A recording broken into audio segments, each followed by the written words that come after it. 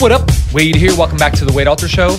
So today what I want to get into is we're going to get really tactical on the business front.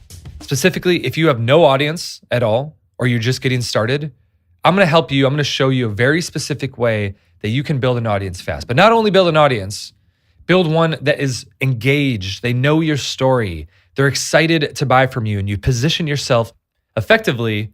And so it's a great way, like I said, especially if you're just starting off. And I think I'm kind of uniquely qualified here because I've done this twice. I did it once as a dating coach. I had the Brad brand. But at one point, I kind of had a falling out with some of my business partners. And that led to me being forced for legal reasons to blow up all my social media channels, including, a YouTube channel that had a couple million views. They had a big brand associated with it. A blog that at one point was a top 10,000 blog in, the world on the internet. And so I don't think that means really much anymore. I don't know if they even track that stuff, but at the time, that was a big deal. And so, of course, with all the Facebook and all the other assets, starting from scratch using my real name, Wade Alters Consulting, and the brand that I was building there, it was definitely a struggle to get started again. It was definitely like a step backwards and very frustrating to be like, oh my God, I can't believe I'm starting from scratch. Where do I go? Like what? And the platforms had completely changed since, I started in 2007, 2008 when it was blogging and just sort of the nascent period of YouTube and everything. And so all of a sudden, 2012, 2013, I'm like, okay, now what is working? What's different about today? And I mean, even look at now when you have Snapchat falling off and Instagram stories seem to be the new hot shit. And Facebook even, I deleted my Facebook app on my phone, which was crazy. And I have a huge list and a huge engaged audience of people on Facebook. But it's trying to find that balance there and also just seeing the trends of what's happening. So what I want to get into here today is a platform neutral strategy. And so I'm not going to dive in too heavy to like Facebook advertising. I don't do that stuff myself anymore. I've did it in the past and had a lot of clients that were social media managers. So I understand it, I get it. But I also think that's a very tactical thing that you can delegate pretty easily. Just find a freelancer, some outsourcer on Upwork to do for like 35, 50 bucks an hour, something like that. You can find good people to implement your strategy. I'm going to give you the strategy so you don't need to pay $1,000 a month. You can just pay somebody hourly or something like that. So that's a good sort of hype up for I think what is a really cool strategy. Like I said, just my number one traffic hack. And the best part of it is that it's truly set it and forget it. I don't think there's anything more passive in my business than this thing where literally somebody finds out about you and just automatically they start seeing the right content that you want them to see. They go through that customer journey and that leads to different processes where you can sell them when you want to. They know and like you. They love your story. They know your story. And so I can't recommend this highly enough to attach it, whether you're just starting off as a great way to build your audience, or if you have a huge audience, this is a great way to make sure that the customer journey for all these people, like it's a great integrator to add on top of what you currently got going. And so I want to get into the story of where I kind of came up with this. This was pretty interesting. It was about 2.5 years ago, maybe 3 years ago now. And in a way, it was one of the lowest points in my business. What had happened was I started using Infusionsoft a few years back because it's kind of like, the bee's knees in the sort of CRM world. And it integrates everything from your invoices. You got one-click upsells. You got all sorts of cool email marketing strategies. And it's all connected to what people buy. It's just a really cool thing, but it's also incredibly complex. In a lot of ways, we're actually transitioning out of it at the business because it's just too hard for me to delegate stuff. And again, that's another thing. As the CEO and entrepreneur, you should not be digging around in the CRM all the time. And if you can't delegate it, you got to figure out simpler ways. And so something at one point happened inside of Infusionsoft where some spammers, some hackers were using it. It's better now, but at the time, some spammers must have been using it to, shoot off some penis bills or what they were doing and using the Infusionsoft email IPs, which everyone was sharing. And so that might seem sort of weird and like, okay, well, what does that have to do with you or anything? What happened was my deliverability of an email, where my open rate was normally 25 to 30%, which is pretty high for industry standard, and it showed that I had a good engaged audience, good relationship. All of a sudden it went from 25% to like 7% overnight. And these are, me, I'm selling products, I'm, paying for advertising, of trying to get new leads and hoping that they're receiving the emails, and they're not receiving the emails. My broadcast emails aren't being sent. And so this is like as serious of an issue as you could possibly have in your business, where all of a sudden your customers are no longer able to see, the offerings you have. It'd be like if you had a storefront outside and all of a sudden the street had sort of construction on it and no one could come on your street. It's almost to that level. And so they didn't really find out at first And I was doing all sorts of research of thinking this was somehow me. And then finally they start tweeting that, oh, hey, there's some sort of issue that we're kind of working through. But it took about a month or two for them to get it back. And in the meantime, I'm thinking, I got a business running here. I got advertising going. I had a bunch of employees at the time. And I can't just sit on my hands and go, hey guys, hopefully you figure this out. And so at first I was like, okay, do I switch email autoresponders? I tried that out and that was just such a hectic thing. And I started doing that and I started getting employees to help out with that. And it was just so many headaches. I'm just like, there's got to be another way. There's got to be, I wasn't even thinking a better way at the time. I was just like, I need to figure out something so this business doesn't sink in the meantime while I'm just waiting for these emails to get delivered. And I don't even know what really inspired the idea, but I thought about, okay, at the time, Facebook was still really big. This was a couple of years ago. I think Facebook still is a great place to do advertising. But I was thinking, okay, what is something that I'm getting stuck in people's promotions filters with emails? That's what was happening, was all the emails were going to the promotion and the spam box. I'm like, okay, people, when they go into their email, they're not even looking at that because they know it's just promotions. Where is somewhere that they're forced to see everything that if I paid for this or if they became a fan of mine, how can I make sure with a 100%, almost a 100% or like more certainty than I have now that they're going to see the things that I put out there? And I thought, you know what? Everyone sees their newsfeed. And so the way that Facebook works is it forces those sponsored posts in between your actual posts. And they have to scroll through and see those. They don't go to some other, I think they tried at one point. They're like, okay, we're going to put another feed. And advertisers were like, absolutely not. There's no way this is going to work. And so I thought about that. I'm like, okay, how could I recreate my email autoresponder on Facebook? And so I previously had probably about 90 days of emails. So if you got on my email list, you got an email every day and it was related to building a relationship. It was certain stories. It was promoting various products in a very sort of fun way that you got to know me better. And if something really resonated with you, you'd be like, yeah, this sounds great. And then there was ascension things and upsells, downsells, all sorts of complex, super hardcore shit that, like I said, now is almost superfluous. It's unnecessary. You don't even need that stuff. And so I was like, okay, what could I do with the Facebook newsfeed that would accomplish a similar thing? And so at first I was just like, okay, let's do this as crude as possible. So all I did was think about, okay, over the course of 21 days, what do I want them to do at the end of the 21 days? And how could I get them there? And secondly, I didn't want to create any sort of new content or new assets. And so I was like, okay, at the time I had the 4 Pillars program, and it's this cool sort of lifestyle development course where it hits on everything from, online business success to, elite level networking to, all the man operating system stuff. It kind of is a, inner game, outer game, hits on everything. And so I'm like, okay, I want to convey to people that if they find me for the first time, that I really am living the lifestyle that they want to live. And so I just went and I found old videos, and I didn't even really care about the content didn't even really make sense. Because if you think about it, if somebody finds you for the first time, they're not even going to probably click on the video, but they're going to see that thing pop up in their newsfeed.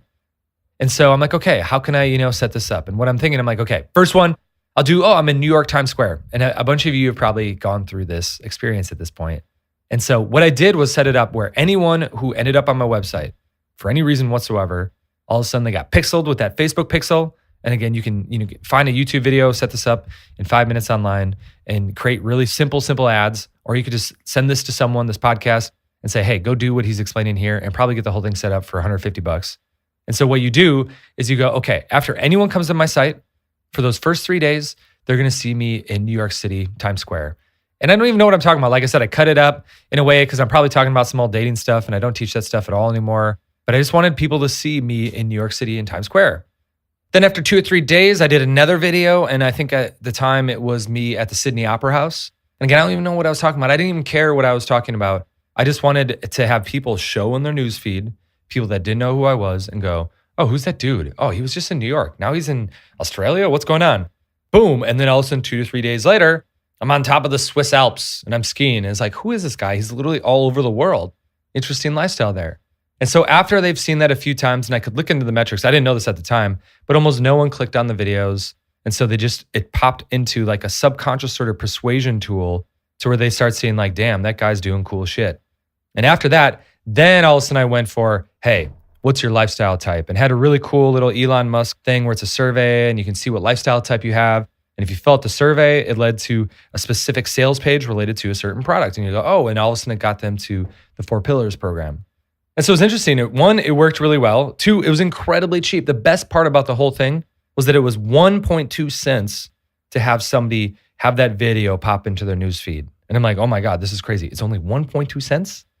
And pretty much every dollar that I was spending in advertising, I was getting about $1 out. And this is just with a small little funnel.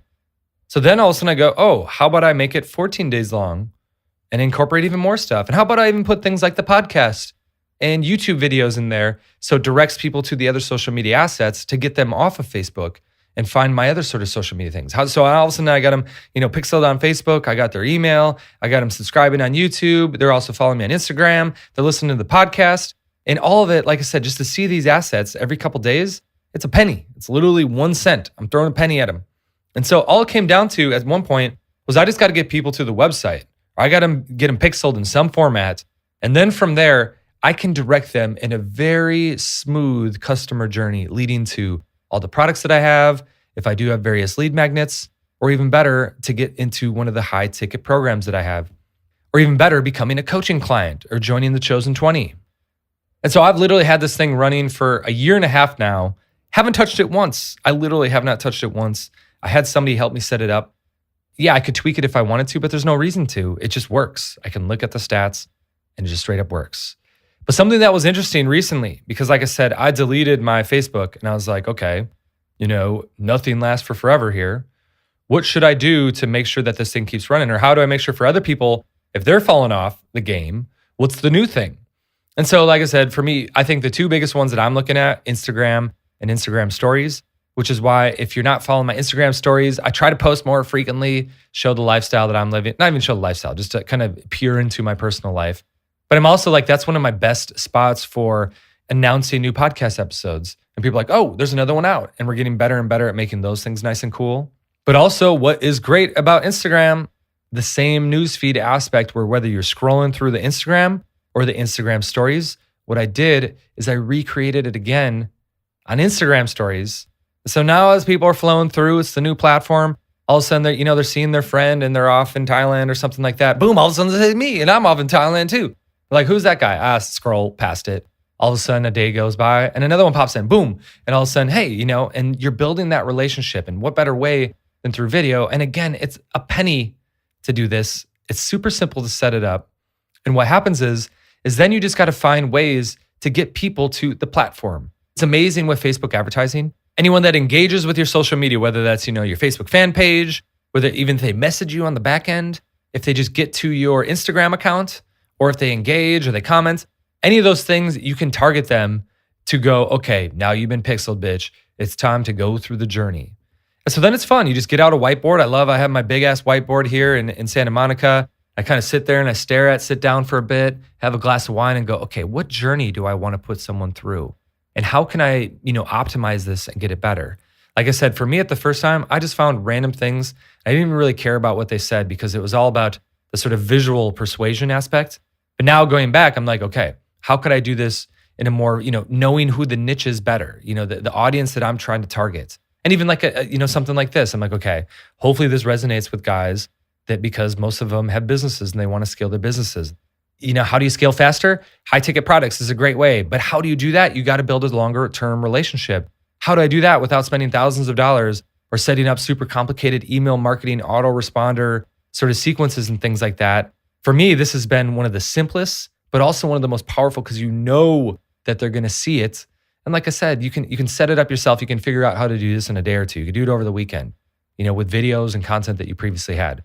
Or you could think about like creating those things, putting them in place, building a story, and then, finding somebody online for, like I said, $100, $150 to set it up for you.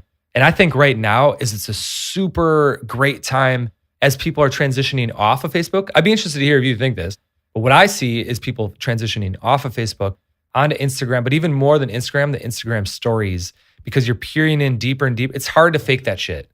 And so if you can get in that feed, which again, you can, and for pennies, that is, I think, a great resource, a great tool, especially it's just like, little swipe up. And all of a sudden you can set up a link to get that email address, to get them into your system, to pixel them in other ways, have them hit the next level. And like I said, really build that relationship that really leads to engaged, raving fans. And you're doing the whole process for pennies on the dollar. So I know this is very tactical, but I think it gets into very principle-based things related to the customer journey, really thinking that what that presupposes is you have a good angle, you know who your customer avatar is, and you know what story they would want to hear to build that relationship persuasively and effectively, to build authority, and to position yourself in a way that when you offer a product or a coaching service or things like that, they're like, yes, I want that, versus like, who's this dude? And why would I spend money on that sort of thing? And so there is all that strategy going on behind it. And then no matter what is the current trend in social media or online marketing, hopefully you can take this and go, okay, how do I apply this? Where is that positioning that I could make sure, guarantee that I'm going to be in front of the audience that I want and not have to settle or accept, oh, people are getting off of Facebook. There goes my list. Or, oh, I guess email isn't being delivered as much as it used to. So I guess I'm screwed here. There's always a new way. There's always a new platform. I even see things coming back. I feel like email in a way is becoming more powerful again. This is working really well for us, as well as YouTube. I think has definitely had a renaissance of becoming a platform where people are like, yeah, I really like this. Because video, they're just not really getting their video, things like that. And so check this out. If you have any questions, feel free to hit me up, wade@wadealters.com. And expect a lot more on this topic. I'm actually going to do a webinar soon, I think really breaking this down visually in more detail. And so I guess first things first, let me know if this is the type of stuff that you're interested in more of this sort of stuff. And as always, enjoy.